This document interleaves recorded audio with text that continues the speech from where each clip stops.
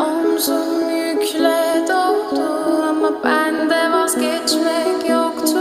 Bitmedi, bitmedi, bitirmedim.